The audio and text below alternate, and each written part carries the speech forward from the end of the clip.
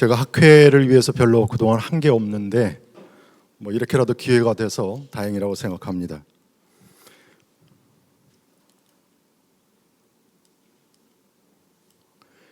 예, 저는 오늘 미술사가 아니라 문명사의 눈으로 공예를 좀 말씀을 드려볼까 합니다. 공예가 가장 불행했던 시기라면 단연 근대가 첫손에 꼽힙니다.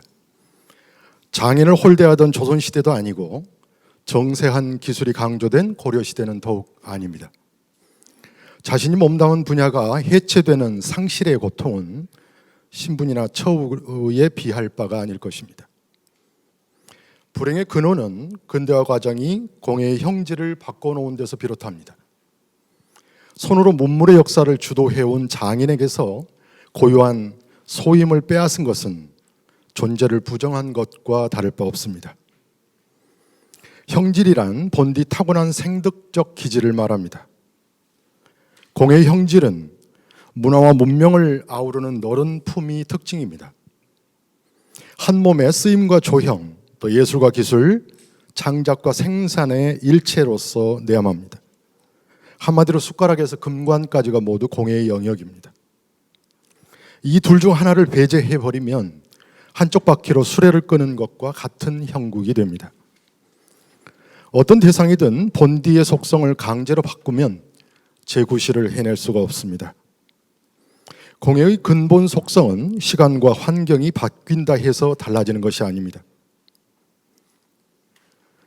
그럼에도 근대 문명과 모더니즘은 공예의 문명적 속성을 탈각시켜서 미술의 좁은 틀 안에 우겨 넣었습니다.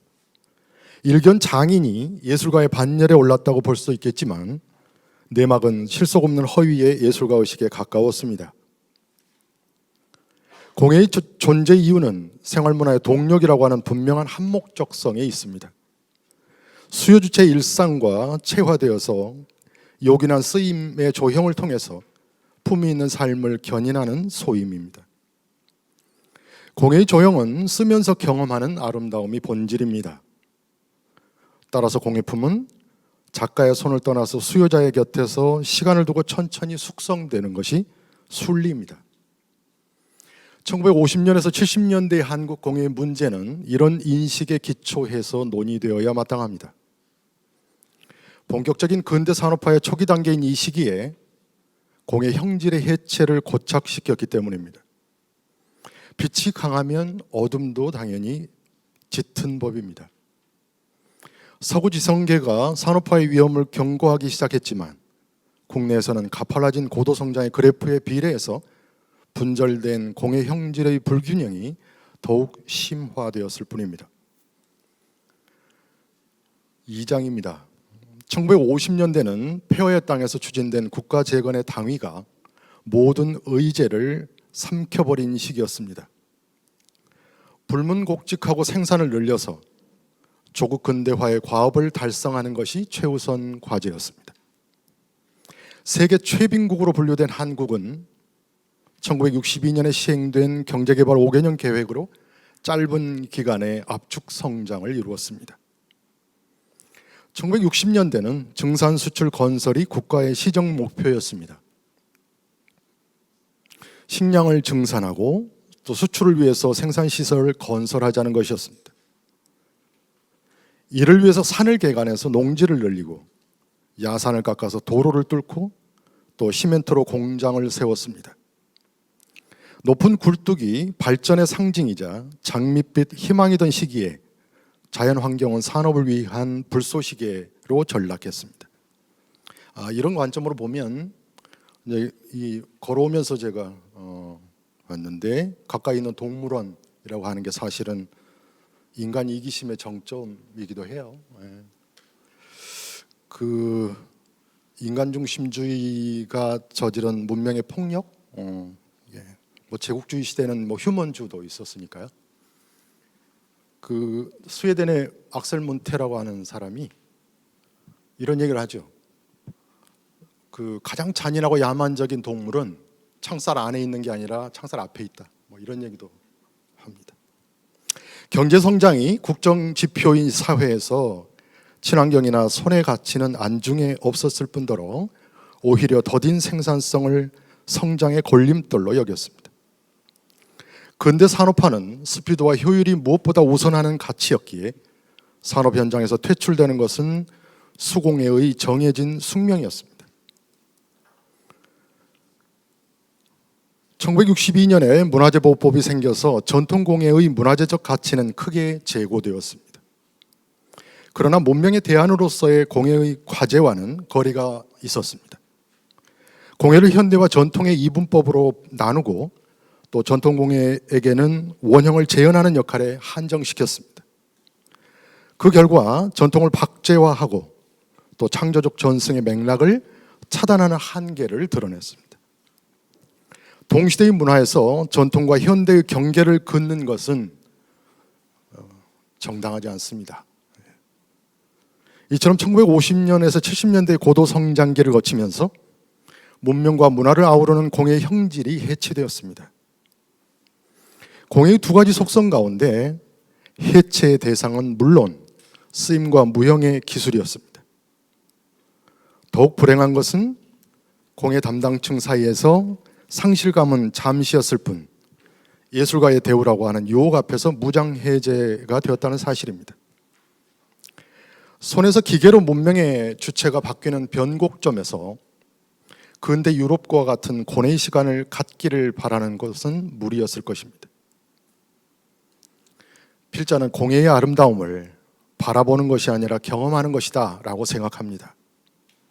공예품이 시공간을 거슬러서 역사의 증거물로 남게 되는 경로도 사용주체의 삶에 밀착된 경험의 가치에서 비롯합니다. 1970년에 이르러서 불균형이 날로 심화되었지만 공예는 불가항력이라고 하는로 여기는 듯 했습니다. 시류가 아무리 거세었어도 문명의 비판적 성찰을 통해 손의 가치를 회복하려는 노력을 포기하지는 말았어야 했습니다. 이 지적은 불과 한 세기도 흐르기 전에 손의 가치를 소환하려는 최근의 의제가 이를 반증합니다. 대학에 공예학과가 생겼지만 이 문제를 인식한 흔적은 찾아보기 어렵습니다. 그 자리에는 작가도 담론도 또 공예사가도 없었습니다. 개척시대에 미국의 철도 노동자 존 헨리의 이야기는 인간과 손의 가치를 일깨우는 사례로서 널리 회자되고 있습니다. 해고 위기에 직면한 동료를 위해서 기계와 대결한 그의 무모한 도전이 비록 죽음으로 결말이 났지만 우리에게는 사람보다 기계를 선택한 산업화의 오류하고 겹쳐져서 시사하는 바가 적지 않습니다. 1948년에는 시카고에서 남편이 실직했다는 이유로 사남매를 버젓이 광고까지 하면서 내답한 엄마가 있었습니다. 2년 만에 솔드아웃이 됐다고 하죠. 사람과 물질의 가치가 전도된 현상은 비단 이런 사례뿐만이 아닐 것입니다. 산업화가 공예의 형질을 해체했다면 모더니즘은 공예를 조형 예술로 견인했습니다. 공예가 미술의 주변에 안착했을지는 모르겠으나 일상의 반려라고 하는 존재 이유를 유기한 것은 뼈아픈 패착이었습니다. 공예를 미술에 국한시킨 것은 마치 프로 선수의 경기를 보는 것만으로도 운동이 대신된다, 운동을 대신할 수 있다라고 여기는 것과 진배 없다, 저는 그렇게 생각합니다.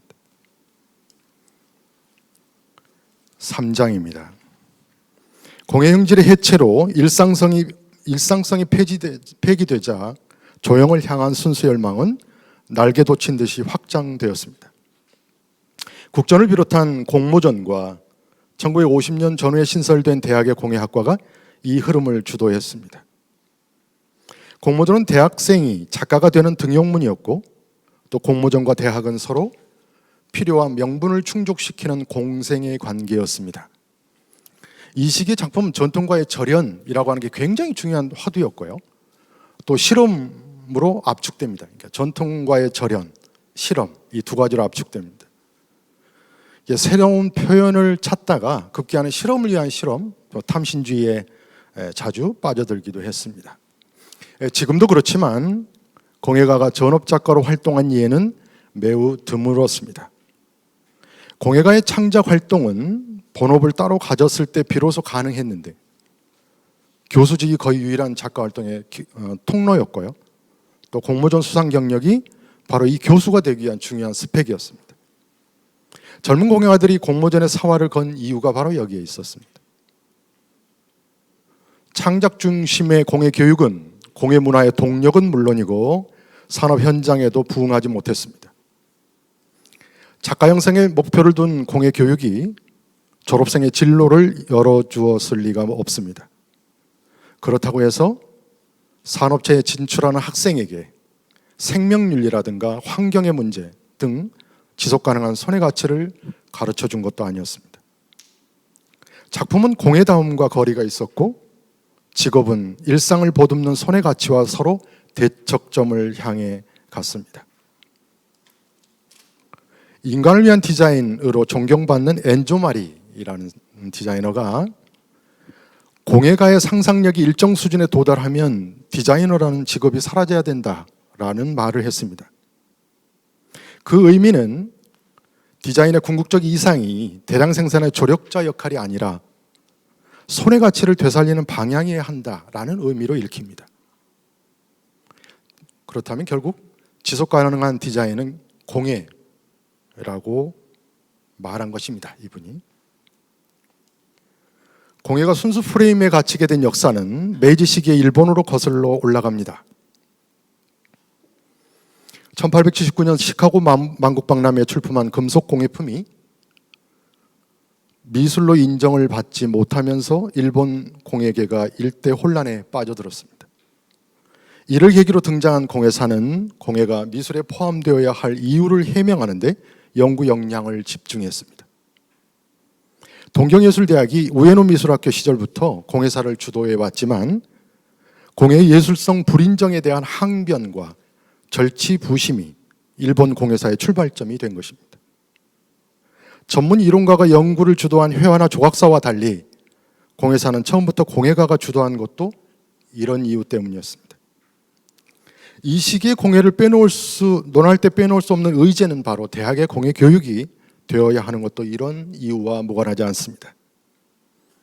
이순석, 유광열을 비롯한 공예 교육을 주도한 상당수가 일본 유학생 출신이었습니다. 주류 미술이 공예를 폄훼할수록 그것을 지우기 위해서 만회하려고 순수 열망은 더욱 증폭되었습니다. 미술이 주류에 끼지 못하는 이유가 쓰임 때문이다라고 생각했던 것이죠. 쓰임을 거추장스럽게 여기면서 공예의 비극이 시작되었다라고 하는 야나기의 탁견이 이와 연관해서 더욱 빛을 발합니다. 근대에 시작된 공예 형질의 해체가 대학의 공예학과를 통해 완결되고 또 견고하게 구조화되었다는 사실이 안타깝습니다. 조형화가 심화될수록 공예의 사회적 소임은 줄고 미술의 주변화는 고착되었습니다. 4장입니다. 모던이 폐기한 손을 다시 소환하고 있습니다. 산업화가 지속되는 한 우리에게 미래가 없다는 사실을 깨닫기 시작했기 때문에 근대 초기의 서양의 신기술을 공예로 번역하면서 부국지술이라고 여겼다면 오늘의 호출된 공예는 근대가 문명지체에 오명을 씌워서 폐기한 바로 그 수공예라는 점이 잠옷 의미심장합니다. 쓰레기통에 버린 보석의 가치를 뒤늦게 알아챈 셈이 저는 그렇게 생각합니다. 산업화의 동력은 대량 생산과 과소비입니다. 필요 이상으로 생산한 물건을 광고로 소비 욕망을 부추겨서 떠안기는 이런 식의 구조입니다. 기업은 소진 설계로 물건의 수명을 단축해서 버리게 만들고 보통 휴대폰 2년 못 가잖아요. 그래서 일부러 고장나게 만든다고 하죠. 이 물건은 쓰레기와 또 기상이변을 일으켜서 우리 목숨을 위협하고 있죠. 미국의 어느 대학의 최근 연구에 의하면 1년에 미세 플라스틱을 모든 사람이 5만 개 이상을 몸에 매년 흡입하고 있다라고 하죠. 그래서 이제 몸을 해부해 보니까 27개의 장기에 낱낱이 다 미세 플라스틱이 박혀 있다. 이런 연구 결과가 있었습니다. 최근에. 대량 생산으로 누려온 물질적 풍요의 대가를 톡톡히 치르고 있는 셈입니다. 근대 문명을 브레이크 없이 출시된 자동차에 비유한 필자의 주장이 자전거 자본주의의 개념과 크게 다르지 않습니다. 자전거는 이게 페달을 밟지 않으면 넘어지잖아요. 계속해서 물건을 생산해내야지. 이게 이제 자본주의의 속성이라는 거죠. 물질의 욕망은 바닷물을 들이키듯 소비할수록 갈증이 더욱 증폭될 뿐입니다.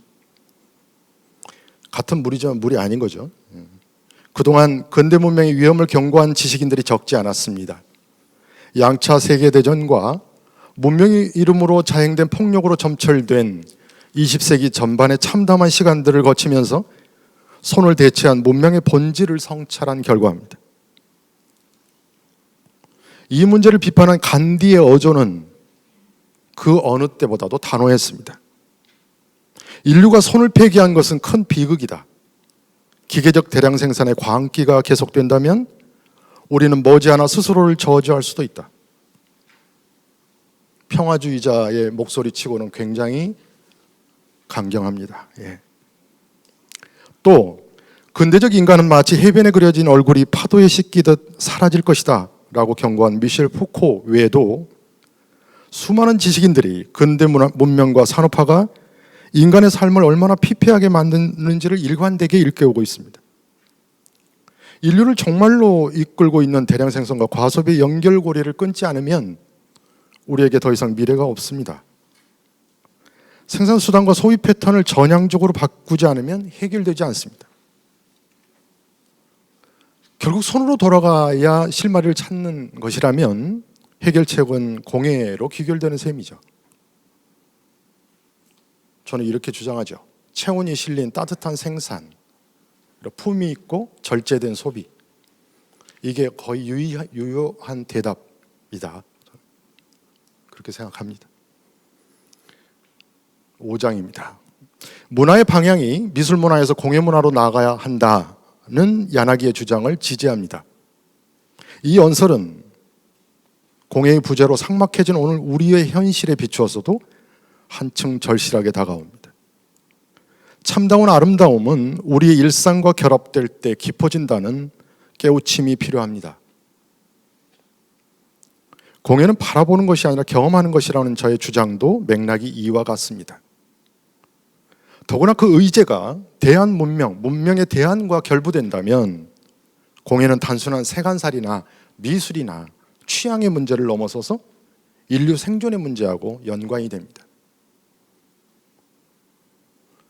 언제 문학이 인류를 구원하게 한다라고 하는 슬로건을 본 적이 있어요. 어느 가다가 문학이 인류를 구원할 것이다라고. 그 문구를 보면서 퍼뜩 공예가 인류를 구원할 수 있지 않을까? 이런 생각을 저도 해본 적이 있습니다.